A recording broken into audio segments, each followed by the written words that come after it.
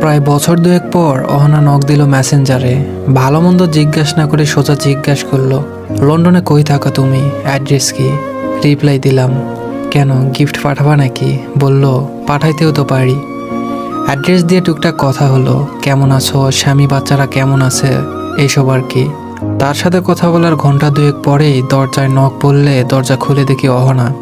আমি স্বপ্ন দেখছি কিনা বুঝতে পারছি না, পেছনে তার বর আর বাচ্চা দুটো। আমি কি বলবো বুঝতেছি না, ঘরে চলে গিয়েছে মনে হচ্ছে। অহনা হাসি দিয়ে বলল, কি ভয় পাইছ?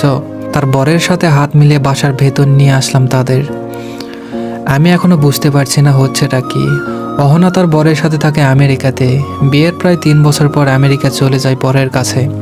বছর সাতেক আগে আমাদের প্রেমের ইতি ঘটে। তখন আমরা দুজনেই দেশে ছিলাম। আমার প্রাক্তন আর তারপর বাচ্চা নিয়ে আমার ঘরে না গিয়ে কি উপায় আছে? অহনার বর বেচারাটা একটু বিব্রত মনে হচ্ছে। উনি আমার কথা জানেন, মানে অহনার একটা প্রেম ছিল জানতেন, কিন্তু আমাকে এই প্রথম দেখলেন মনে হয়। অহনার ড্রয়িং রুমে এসে বসতে বসতে বলল, আমেরিকা থেকে বেড়াতে এসেছিলাম লন্ডনে, ভাবলাম তোমার সাথে দেখা করেই যাই।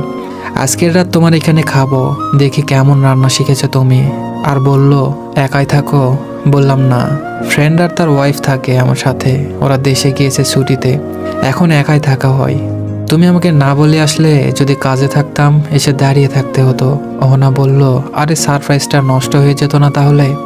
রাতের খাবার আমার রান্না করার কথা থাকলেও অহনা নিজেই রান্নাঘর দখল করে নিল। আমাকে বলল, তুমি আমার বরকে সময় দাও, একদিন না হয় আমার হাতের রান্না খেলে। অহনার ছেলে মেয়ে দুটোকে খেলনা দিয়ে বসিয়ে গার্ডেনে বসলাম আমি আর অহনার পর। ভদ্রলোক এখনো মনে হয় বিব্রত। আমি ওনাকে ইজি করতে বললাম, ভাই আপনি প্লিজ লজ্জা পাবেন না, বিব্রত বোধ করবেন না। পৃথিবীটা একটা অদ্ভুত জায়গা, মাঝে মাঝে আমাদের নানা অদ্ভুত সময়ের মধ্যে দিয়ে যেতে হয়। আমি ভয়ে আছি আপনার বউ না খাবারের সাথে বিষ মিশিয়ে আমাকে মেরে ফেলে। 7 বছর আগে তাকে একা ফেলে চলে আসার কারণে। ভদ্রলোক আমার কথা শুনে একটু ইজি হলেন, হেসে দিলেন। লোকটার হাসিটা খুব সুন্দর। বললেন, ভাই যদি বিষ দিত তাহলে আমাকেই দিত। তবে আমি তো জানি অহনা আপনাকে ছেড়েছে, আপনি না। মানে ওর বাবা আপনাদের সম্পর্কটা মানেই নাই। অহনাও বাবার বিপক্ষে যেতে পারে নাই। ভদ্রলোক চায় চুমুক দিতে দিতে বললেন, ভাই বিয়ের আগে অহনা আর আপনার সবকিছু অহনা আমাকে বলেছিল বাবার ইচ্ছেতেই বিয়েটা করছে সে। ভাই জানেন, এখনো প্রায় নিজেকে ভিলেন ভিলেন লাগে। আমি বললাম, ছি ভাই, একই কথা, রাখেন না আগের কথা। আপনাদের কি সুন্দর সংসার, দুটো সুন্দর সুন্দর বাচ্চা, এগুলো মনে করবেন না। ভাগ্য হয়তো আমাদের সাথে ছিল না। ভদ্রলোক বললেন, না না ভাই, আমি সুখী মানুষ। অহনার মতো বউ যার পাশে থাকে সে সুখী না হয়ে পারে। তবে জানেন, আমার নায়ক হওয়ার সুযোগ ছিল। অহনা যখন আমার সাথে দেখা করে বলেছিল ওর প্রেম আছে, প্রচন্ড ভালোবাসে সে ছেলেটাকে, আমি বুঝতেছিলাম সে চাচ্ছে বিয়েটা ভেঙে দেই আমি না পারি নাই ভাই, অহনার মায়ায় পড়ি। আমার মনে হয়েছিল এই মেয়ের সাথে সংসার করতে না পারলে মরে যাব। আমি নায়ক হলে আজকে হয়তো আপনাদের সংসারটা হতো। অহনা বিয়ের পর আমাকে বলেছিল আমি একজনকে ভালোবাসতাম, হয়তো এখনো বাসি, তবে সেটার মানে এই না আমি সংসার করব না। তোমার প্রতি ভালোবাসাটা আসবে না বা কোনোভাবে তোমাকে ঠকাবো, এটা আমি কখনোই করব না। একজন স্ত্রী হিসাবে আমার সব দায়িত্ব আমি পালন করব। করেওছে মেয়েটা, করে যাচ্ছে। আমি ভীষণ সুখী একজন মানুষ ভাই। আমি জীবনে কোনো একটা বড় পুণ্য করেছিলাম বলেই মনে হয় এই মেয়েটাকে পেয়েছি। এটুকু বলতে বলতে ভদ্রলোক কেঁদে দিলেন।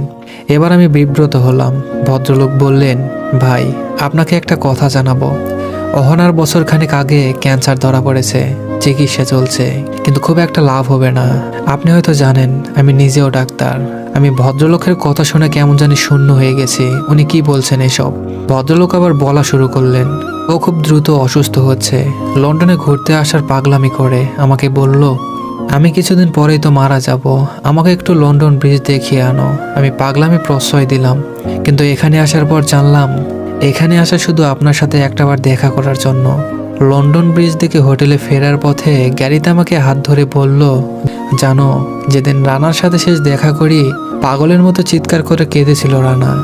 ধানমন্ডি লেকে একজন প্রেমিক তার প্রেমিকাকে জড়িয়ে ধরে চিৎকার করে কেঁদেছিল আর আকুতি মিনতি করে বলেছিল, আমাকে ছেড়ে যেও না প্লিজ, আমি তোমার বাবার পায়ে ধরে তোমাকে চাইবো, তোমার সুখের জন্য আমি সব কিছু করব, প্লিজ আমাকে ছেড়ে যেও না। নিষ্ঠুরে আমি বলেছিলাম, আমার সুখের জন্য আমাকে ছেড়ে দাও তাহলে।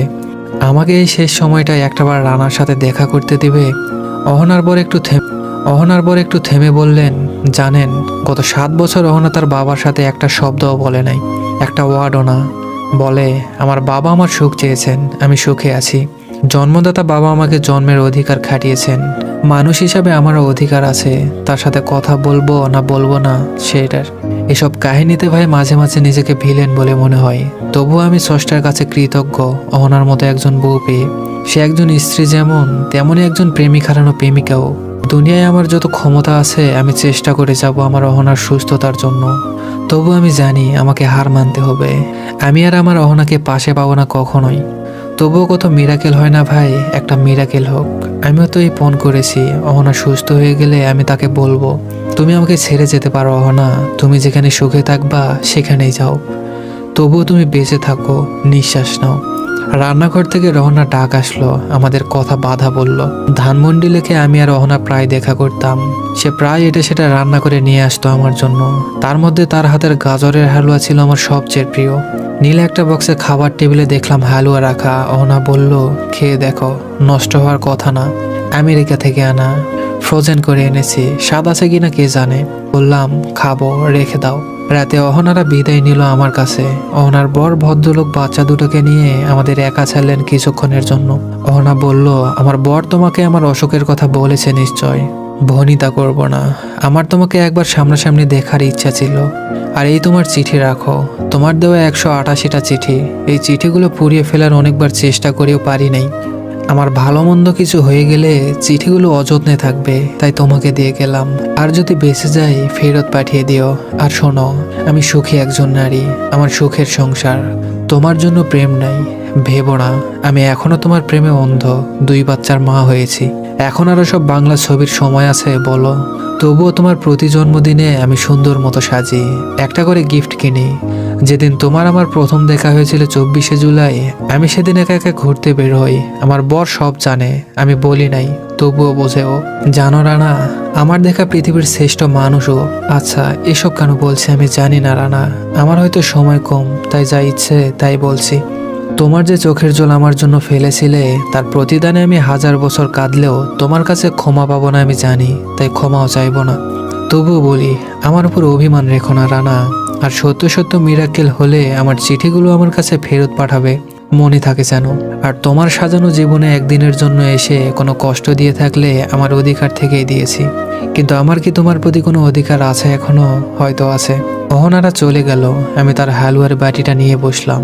প্রিয় এই খাবার খাওয়া বাদ দিয়েছি 7 বছর হয়। আমার ভীষণ কাঁদতে ইচ্ছে করছে অহনার জন্য, কেন জানি কাঁদতেও পারছি না। আমার ভীষণ ইচ্ছে করছে চিৎকার করে আবার বলতে, আমাকে ছেড়ে যেও না, আমার ভীষণ কষ্ট হচ্ছে। অহনার চিঠিগুলো আমার কাছে যত্নে আছে, প্রায় বের করে পড়ি আর পুরনো কথা মনে করি। চিঠিগুলো তাকে আর ফেরত দেওয়ার সুযোগ হয় নাই। না, কোনো মিরাক্কেল অহনার সাথে হয় নাই। পৃথিবীর এক প্রান্তে একজন মমতাময়ী অহনার জন্য প্রার্থনায় বসেছিল, একজন বউ পাগল স্বামী, আরেক প্রান্তে একজন প্রেমিক। তবুও স্রষ্টার মন গলে নাই, তবুও অভিমানী অহনা আর আমাদের সাথে থেকে যায়নি। ধন্যবাদ সবাইকে। আপনি পাগল হলেন কিবা করে? পাগল কি আর আমি এবি হইছি? আমি এক বিধবা মহিলাকে বিয়ে করছিলাম, তার যুবতী মেয়েকে আবার আঙ্গ আব্বা বিয়ে করছিল। এইভাবে আঙ্গ আব্বা আমার জামাই হইলো। পরে আমার মেয়ে হয়ে গেল আমার মা। ওই ঘরে আবার মেয়ে হয়েছিল একটা, ও আমার বোন হইলো। কিন্তু আমি ওই মেয়ের নানির স্বামী ছিলাম। এইভাবে তার আমি নানা হয়ে গেলাম। এইভাবে আমার ছেলে তার দাদির ভাই হয়ে গেল, আর আমি আমার ছেলের ভাগ্নে হয়ে গেলাম। আর আমার ছেলে তার দাদার হালা হয়ে গেল। আর চুপ, একদম চুপ। তুই পাগল হয়েছে, আমাকে পাগল বানাবার চাস নাকি? আমার বন্ধু যার সাথে রাত জায়গায় জায়গায় কথা কয়, আমি আল্লাহর কাছে দোয়া করি, আল্লাহ আমার বন্ধুর গার্লফ্রেন্ড যেন ওর মুহে মুইতে দিয়ে চলে যা। আল্লাহ তুই আমার থুয়ে থুয়ে প্রেম করো।